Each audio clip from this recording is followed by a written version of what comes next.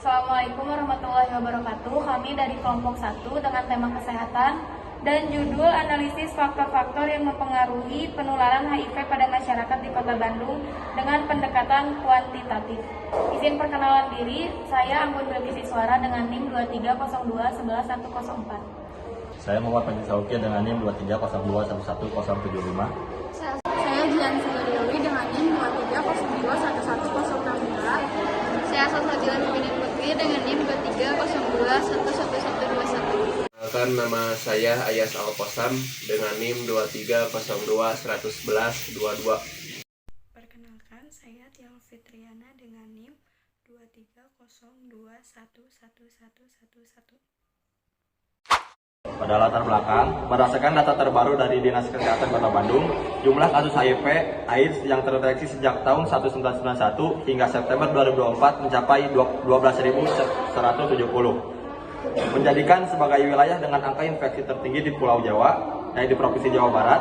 Penurunan HIV seringkali berkaitan dengan perilaku seksual beresiko, penggunaan jarum suntik yang tidak steril, serta stigma sosial yang melekat pada orang dengan HIV/AIDS. Melalui metode statistik dan analisis data epidemiologi, penelitian ini bertujuan untuk mengidentifikasi dan mengukur faktor-faktor risiko secara sistematis. Dengan pemahaman yang lebih baik tentang dinamika penurunan HIV di Kota Bandung, diharapkan dapat dirumuskan strategi pencegahan yang efektif dan berbasis bukti untuk mengurangi angka infeksi. Ada rumusan masalah pada penelitian kali ini ada 3, yaitu apa saja faktor-faktor yang mempengaruhi penurunan HIV pada masyarakat di Kota Bandung, ada bagaimana dampak psikologis terhadap masyarakat pengidap HIV di Kota Bandung, dan bagaimana solusi yang dapat diterapkan untuk mencegah penurunan HIV pada masyarakat di Kota Bandung. Tujuan penelitian yang pertama untuk mengetahui faktor-faktor apa saja yang mempengaruhi penularan HIV pada masyarakat di Kota Bandung.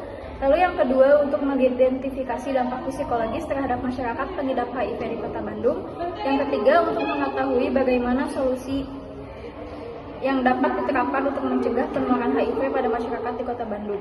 Lalu ada pembahasan. HIV adalah virus yang menyerang sistem kekebalan tubuh dan mengurangi kemampuan tubuh untuk melawan infeksi serta penyakit.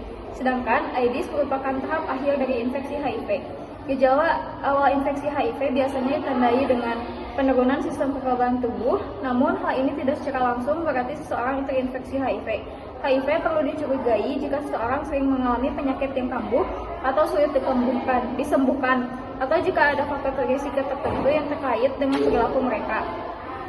Dr. Anthony Fauci, seorang ahli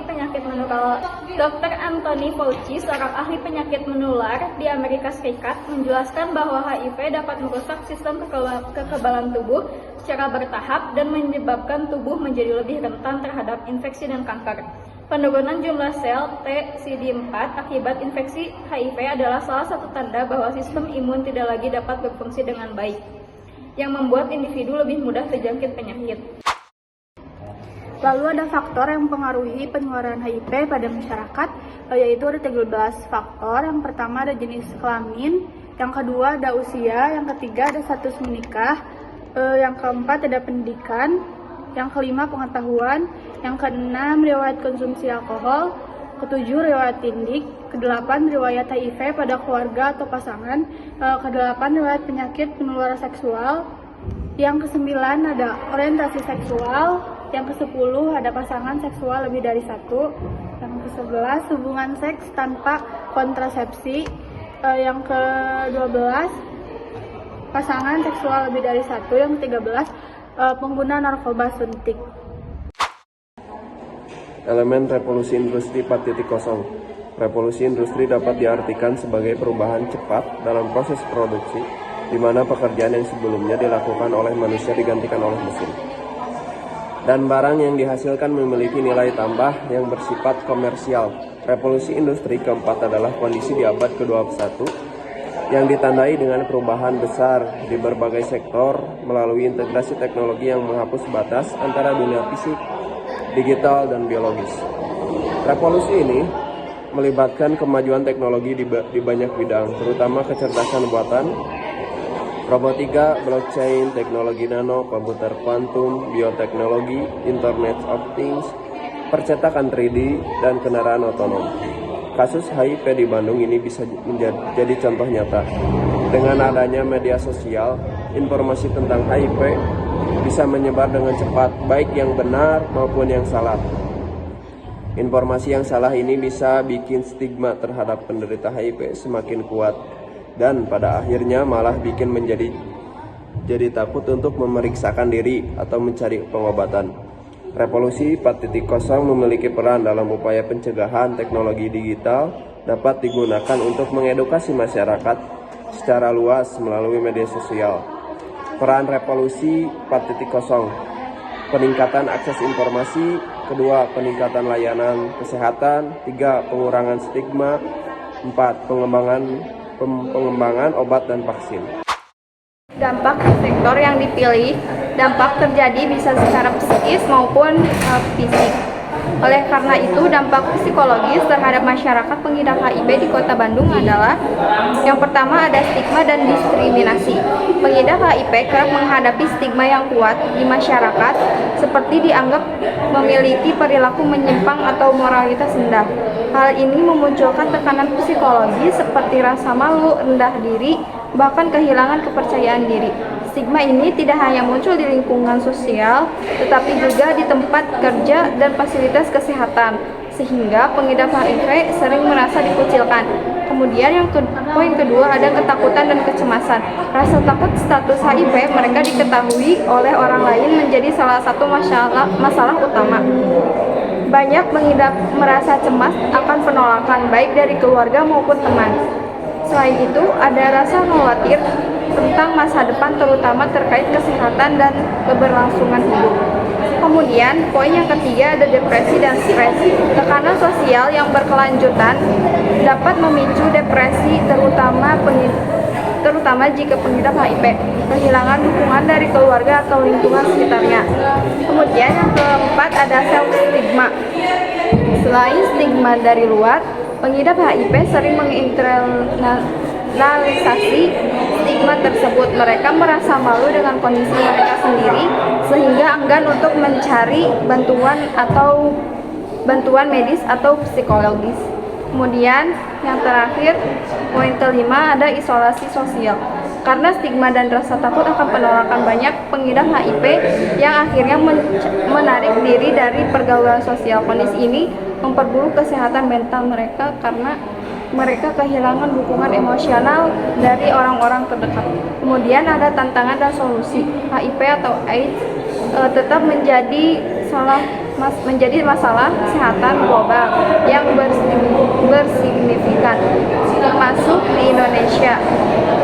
Penularan HIV dapat terjadi melalui berbagai cara, seperti hubungan seksual yang tidak aman, penggunaan jarum suntik yang terkombinasi, serta penularan dari ibu ke anak. Ada beberapa tantangan yang harus dalam penanganan HIV, serta solusi yang dapat diterapkan untuk mengurangi angka penularan. Di antaranya, yang pertama, perilaku beresiko seksual.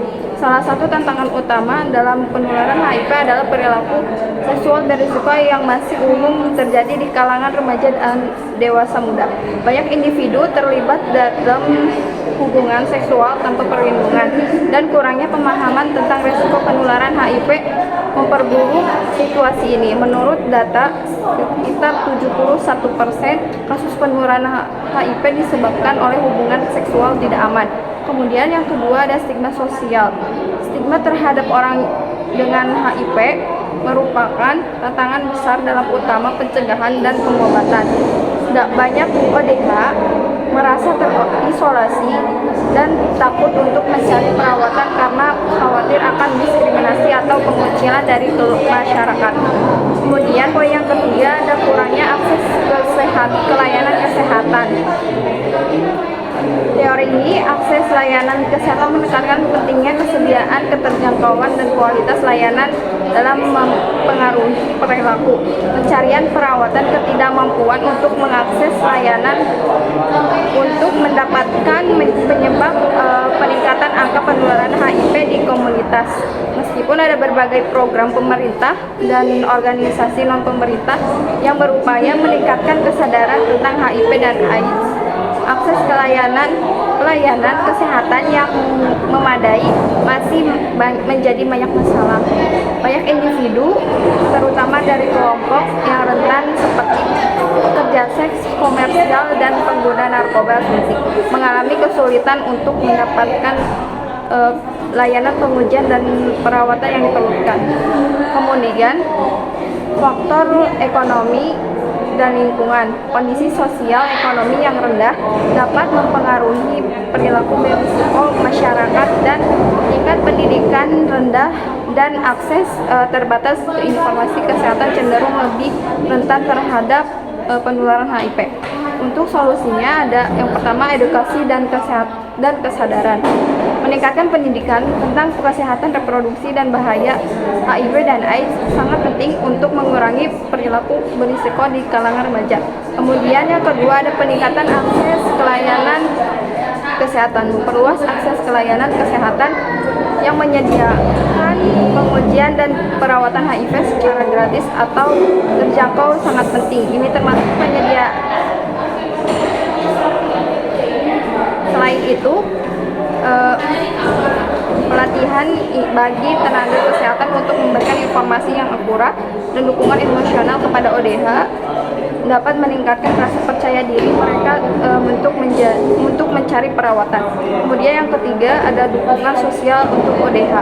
Mengurangi stigma melalui kampanye kesadaran publik dapat membantu ODH untuk merasa lebih nyaman mencari perawatan. Masyarakat perlu diajak untuk memahami bahwa HIV bukanlah aib dan bahwa HIV berhak mendapatkan dukungan medis serta sosial.